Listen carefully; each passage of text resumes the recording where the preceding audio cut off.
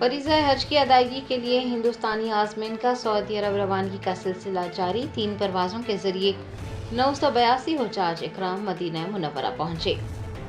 Hajj committee of India کے زیر اہتمام اس سال 1,22,518 عازمین حج کی سعادت حاصل کریں گے۔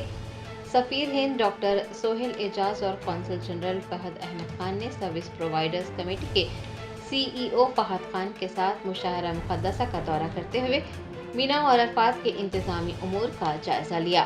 آپ کو بتا دیں کہ اس سال حجاج اکرام کی خدمات کی ذمہ داری اسرا الخیر کمپنی کو سونپی گئی ہے اور کمپنی نے تمام عازمین کو 32 معلمین کے درمیان تقسیم کر دیا ہے۔ ان معلمین کی نگرانی میں حجاج فریضہ حج ادا کریں گے۔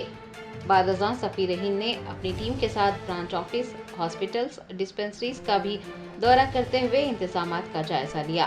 آپ کو بتا دیں کہ عازمین کی سہولت کے لیے مکہ مکرمہ میں 13 برانچ آفیسز، ڈسپنسریز اور 40 بستروں پر مشتمل 2 اسپتال، 30 بستروں پر مشتمل 1 اسپتال قائم کیا گیا ہے۔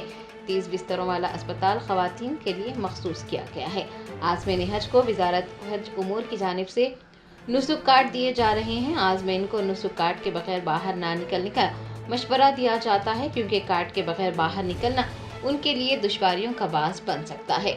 دوسری جانب مکہ مکرمہ اور مدینہ منورہ میں حج کی تیاریاں جاری ہیں۔ حج آفیسرز، کوآرڈینیٹرز، طبی عملہ مکہ مکرمہ اور مدینہ منورہ پہنچ چکے ہیں۔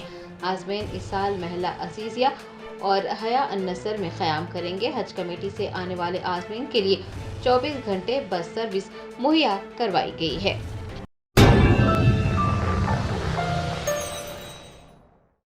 جرمنٹن super speciality hospital national award winner doctor Mir Jawad Zar Khan, German trained senior orthopaedic surgeon and director, ماہر ڈاکٹرز ڈاکٹر واصف اعظم اور doctor Bharavi Chanduri, senior cardiologist اور دیگر ڈاکٹرز نمایاں خدمات انجام دے رہے ہیں۔ Robotic surgery, advance cath lab, MRI، operation theatre, ICU، 2D ultrasound جیسی سہولیات سے آراستہ کارپوریٹ لیول ہاسپٹل، واجبی فیس میں ہر مرض سے شفا یابی کے لیے جرمنٹن سپر اسپیشلٹی ہاسپٹل، عطا پور۔